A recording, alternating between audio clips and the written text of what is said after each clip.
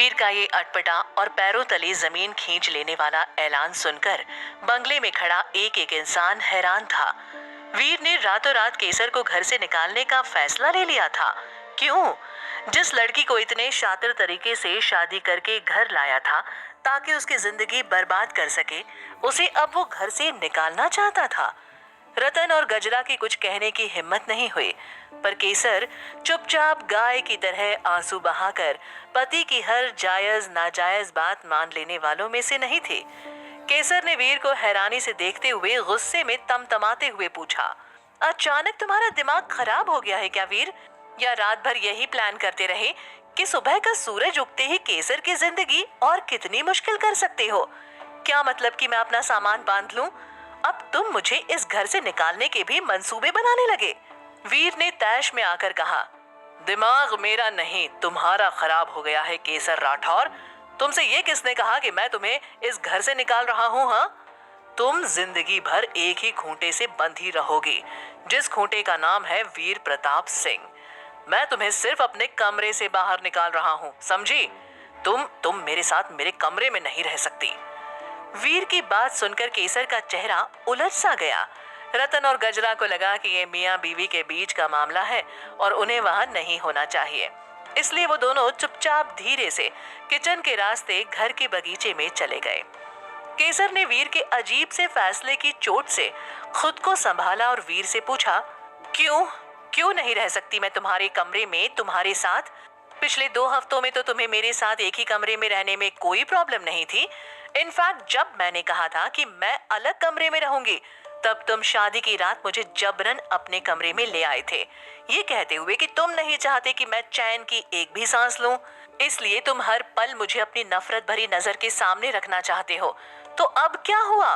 नफरत नहीं रही मुझसे, या इतनी नफरत करने लगे हो कि मेरे साथ एक कमरे में सांस भी नहीं ले सकते? केसर बोलती जा रही थी और अनजाने में वीर की उसी आग को हवा दे रही थी जिसे वो दबाने की कोशिश कर रहा था। वीर केसर से ये नहीं कह सकता था कि उसके अंदर केसर के लिए अट्रैक्शन पैदा हो रहा है, कि उसका रूप उसकी काया वीर को उसकी तरफ खींच रहे हैं। न उसे केसर से प्यार है और न कभी हो सकता है, पर केसर के पास होना, उसके साथ एक कमरे में रहना अब उसके अंदर के पुरुष के लिए मुश्किल है। वीर ने केसर से नजरें चुराते हुए शीशे में अपने बाल संवारने का नाटक करते हुए केसर से सख्ती से कहा, हाँ यही समझ लो केसर, तुम मुझे इतनी नागवार हो कि तुम्हारे साथ एक कमरे में सांस लेना भी मुझे मंजूर नहीं है। अब तुम इसे मेरा पागलपन समझो या तुम्हें दी जा रही कोई नई सजा, मुझे फर्क नहीं पड़ता। ये सुनकर केसर ने गहरी सांस लेते हुए कहा, फाइन, मत दो जवाब, मगर मेरा जवाब भी सुन लो वीर। तुमने खुद मुझसे कल रात कहा था कि मैं किसी बेजुबान बकरी की तरह तुम्हारी हर बात मानने की जगह तुम्हारे साथ बराबरी की लड़ाई करूं, और इसलिए मैं तुम्हारा ये फैसला नहीं मान सकती। मैं इस घर की बराबर की मालकिन हूँ, तुम्हारी बीवी हूँ और खानदान की बड़ी बहू, इसलिए अपने ही कमरे से निकाले जाने का जुल्म और अपमान तो मैं किसी भी हाल में नहीं सहूंगी। That is all. मैं ऑफिस के लिए तैयार होने जा रही हूँ। जब तुम्हारा ये सुलगता हुआ दिमाग ठंडा हो जाए, तुम भी ऑफिस आ जाना। अपनी बात सीधे सरल शब्दों में कहकर केसर सीढ़ियां चढ़कर अपने कमरे में चली गई और वीर की झुंझलाहट अब 7वें आसमान पर थी। वो बौखलाहट और बेचैनी से तड़प रहा था। वो समझ नहीं पा रहा था कि सच कबूल किए बिना वो केसर को कैसे उस कमरे से निकाले, पर केसर को वो कमरा तो छोड़ना था ही, क्योंकि वीर को केसर की आंच में पिघलना मंजूर नहीं था तो वो मर्द ही, इसलिए उसके दिमाग में वही खड़े खड़े प्लान भी आ गया और उसने कमरे में जाकर उसे केसर पर आजमा भी लिया। वीर कमरे के अंदर आया और उसने अलमारी से कपड़े निकाल रही केसर से संजीदा होते हुए कहा, तो तुमने फैसला कर लिया है कि तुम इस कमरे से बाहर नहीं निकलोगी? हाँ, बिकॉज तुम मेरी बीवी हो, इस घर की बहू, मालकिन, एटसेट्रा एटसेट्रा हो। ये सुनकर केसर ने बेरुखी से कहा, हाँ, और अगर तुम मुझे उठाकर इस कमरे से बाहर करने वाले हो तो भी बता दो, क्योंकि इस बदसलूकी की मुझे तुम जैसे आदमी से पूरी पूरी उम्मीद है। नो नो, कम ऑन, जालिम हूँ, जानवर थोड़ी ही कि अब अपनी बीवी को जोर जबरदस्ती से उठाकर कमरे के बाहर निकालूं, और फिर माँ और डैड को भी तो जवाब देना पड़ता है ना।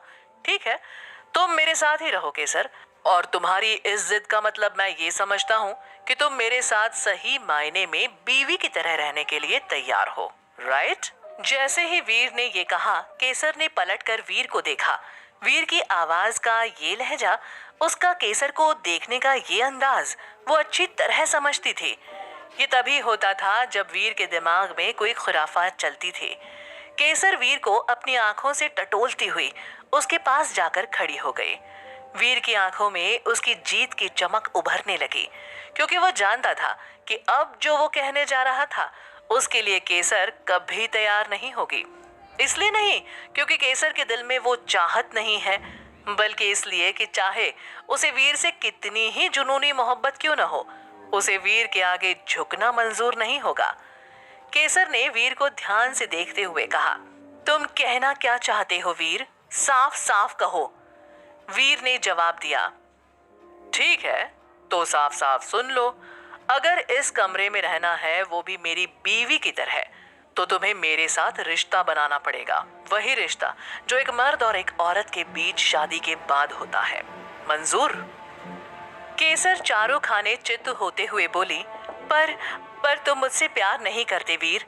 तुम्हें तो मुझे छूने से भी परहेज है, तो तुम अचानक ऐसी डिमांड कैसे रख सकते हो? क्यों क्यों नहीं रख सकता? पति हूं तुम्हारा, हक है मेरा। और तुमसे ये किसने कहा कि तुम्हारे साथ जिस्मानी रिश्ता बनाने के लिए मुझे तुमसे प्यार करने की जरूरत है? इतना कहकर वीर हंसने लगा। समझ लेना कि ये भी मैं तुम्हारे साथ नफरत में ही कर रहा हूँ, ताकि तुम नीच और यूज्ड फील करो। सो क्या कहती हो, इस कमरे में रहने के लिए मेरी ये शर्त मानने के लिए तैयार हो? ये कहते हुए वीर ने केसर को डराने के लिए उसकी कमर में अपनी बाहें फिसलाकर उसे अपने करीब लाने की कोशिश की, तो केसर ने पूरे जोर के साथ उसके हाथ झटक दिए और उससे दूर हटकर बौखलाते हुए बोली, वीर, अगर तुम्हारी एक पति और पत्नी के ताल्लुक को लेकर इतनी घटिया सोच है, तो तुम्हारे साथ रिश्ता बनाने से अच्छा है कि मुझे मौत आ जाए। इस पर वीर ने शरारत भरे लहजे में कहा, रिलैक्स बीवी, तुम जानती हो कि मैं तुम्हें अपने जीते जी मरने भी नहीं दूंगा। केसर चिल्लाते हुए बोली, गजरा, गजरा, ऊपर आओ अभी के अभी। केसर की गुस्सैल आवाज की गूंज सुनकर गजरा भागी भागी ऊपर आई। केसर ने वीर को घूरते हुए गजरा से कहा, गजरा, वीर साहब के कमरे से मेरा पूरा सामान समेटो, बैग्स में डालो और जाकर नीचे वाले कमरे में सेट कर दो। अब मैं वहीं रहूंगी। गजरा ने झटका खाते हुए कहा, है नीचे वाले कमरे में रहेंगी? ये आप क्या कह रही हैं मेम साहब? अगर हवेली में पता चल गया तो बवाल हो जाएगा। केसर ने कहा, किसी को कुछ पता नहीं चलेगा हवेली में, समझी? घर की बात है, घर में ही रहेगी। तुम्हारे हुक्म को कमरे में फैल कर रहने की आदत है। मैं उनकी स्पेस खा रही हूँ, इसलिए मेरा नीचे शिफ्ट होना ही ठीक है। अब खड़ी खड़ी इन्हें क्या देख रही हो? इनके ही सिर फिरे हुक्म की तामील हो रही है। इतना कहकर केसर ने वीर को रास्ते से हटाया और ऑफिस के लिए तैयार होने के लिए बाथरूम में चली गई। वहीं गजरा चुपचाप केसर के कपड़े और उसका सामान समेटकर सूटकेस और बैग में डालने लगी, और वीर अब सुकून में था। वो जैसा चाहता था वैसा हो गया था। ना तो उसे केसर के सामने अपनी कमजोर होती हुई नियत और इरादे मानने पड़े, और ना ही उसे केसर को कमरे से बाहर करने के लिए कोई जोर जबरदस्ती करनी पड़ी। अब अगर कोई सवाल उठा भी तो वीर सीना तान कर कह सकता था कि कमरा छोड़ने का फैसला केसर का था। तभी वीर का फोन बजा। उसने फोन निकाला और देखा कि उसकी माँ कल्याणी उसे फोन कर रही है। वीर ने खुश होकर फोन उठाया और कहा, खम्मा घनी मासा। कल्याणी, खम्मा घनी? अरे वाह, लगता है आज मेरे लाड साहब का मूड अच्छा है। वरना तू कहाँ खम्मा घनी बोलता है कभी? वीर ने हंसते हुए कहा, मॉम, आई मीन मासा, आपसे बेहतर कौन जानेगा मुझे इस दुनिया में। हाँ, खुश तो नहीं हूँ क्योंकि मेरी सारी खुशियां तो रेशम अपने साथ ले गई, पर हाँ, मूड अच्छा है आज मेरा। कहिए, कैसे याद किया आपने अपने लाड साहब को? कल्याणी ने समझाते हुए कहा, वीर बेटा, भूल जा अब रेशम को। अगर भूल नहीं सकता तो बार बार उसे याद करके अपने आप को जीते जी ना मार। खैर, मैंने तो तुझे इसलिए फोन किया था कि आज शाम चुपचाप दुल्हन को लेकर डिनर पर आ जा। और अगर तू आज ना आया ना, तो मैं बता रही हूँ, सारा खाना और सारा खानदान पैक करके तेरे बंगले पर पहुंच जाऊंगी। हफ्ता हो गया दुल्हन का चांद सा चेहरा देखे। वीर ने इस पर जवाब दिया, प्लीज माँ, अपनी इस दुल्हन को आप जो समझती हैं वो ये है नहीं। इस चांद में बहुत बड़ा दाग है, खून का दाग। एनीवे, आप बेफिक्र रहें, आज रात मैं केसर को लेकर हवेली पर जरूर आऊंगा। आप बुआ सा को भी बुला लीजिएगा। कल्याणी ने प्यार से जवाब दिया, जुग जुग जियो वीर, चल अब रखती हूँ, तेरे बाबा बुला रहे हैं। वीर ने फोन रखा। एक नजर दीवार पर लटकी तस्वीर से उसे देखती रेशम के चेहरे को देखकर मुस्कुराया और फिर वो भी तैयार होकर ऑफिस निकल गया। ऑफिस पहुंचकर उसने केसर को मैसेज भिजवा दिया कि शाम को उन्हें हवेली जाना है। और केसर, जिसने फैसला कर लिया था कि वो आज वीर से बिल्कुल नहीं उलझेगी और ऑफिस में कोई तमाशा नहीं होने देगी, उसने बस ओके कहकर बात खत्म कर दी। शाम हुई और केसर पार्किंग में इंतजार कर रहे वीर के पास पहुंची। उसने वीर को बस एक नजर देखा और गाड़ी में बैठ गई।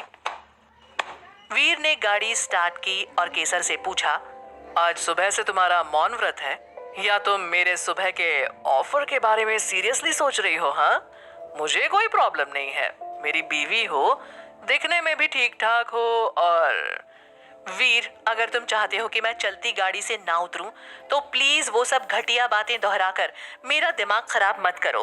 हम मासा और डैड से मिलने जा रहे हैं और वहां जाने से पहले मैं तुम्हारे मुंह नहीं लगना चाहती। वीर ने कहा, इंटरेस्टिंग, जहां तक मुझे याद है तुम मुझे उस दिन से मुंह लगाना चाहती थी जिस दिन से तुमने मुझे देखा था, नहीं? वीर, जब तुम इस तरह की चीप और डिस्गस्टिंग बातें करते हो ना, तो मेरा मन करता है कि ये बातें सुनने से तो अच्छा है कि मैं मर ही जाऊं। इस पर वीर बोला, ठीक है, मरकर भी देख लो, अगर मुझसे पीछा छूटता है तो। मैं गाड़ी रोक रहा हूँ, जरा रोड क्रॉस करके माँ के लिए दुकान से जलेबियां और रबड़ी ले लो, इतना तो कर ही सकती हो मरने से पहले। केसर ने झुंझलाते हुए जवाब दिया, इतनी आसानी से नहीं मरूंगी मैं वीर। केसर वीर को घूरते हुए गाड़ी से उतरी। वीर केसर की तरफ एक और तंज कसने ही वाला था कि अचानक एक गहरे भूरे रंग की गाड़ी पूरी स्पीड से आई और केसर को टक्कर मारकर निकल गई। केसर सड़क पर गिर पड़ी और वीर सन्न रह गया। केसर का एक्सीडेंट हो चुका था। वो खून में लथपथ सड़क पर पड़ी हुई थी। लोग चीखते हुए उसके आसपास इकट्ठे हो रहे थे और वीर की आंखों के सामने सब धुंधला होने लगा था। क्या केसर और वीर के बीच का ये मौत का मजाक सच तो नहीं हो जाएगा? क्या वीर केसर की जान बचाने की कोशिश करेगा या नफरत की आग में उसे मरने के लिए वहीं सड़क पर छोड़ देगा? ये जानने के लिए जुड़े रहिए केसर और वीर की कहानी के साथ।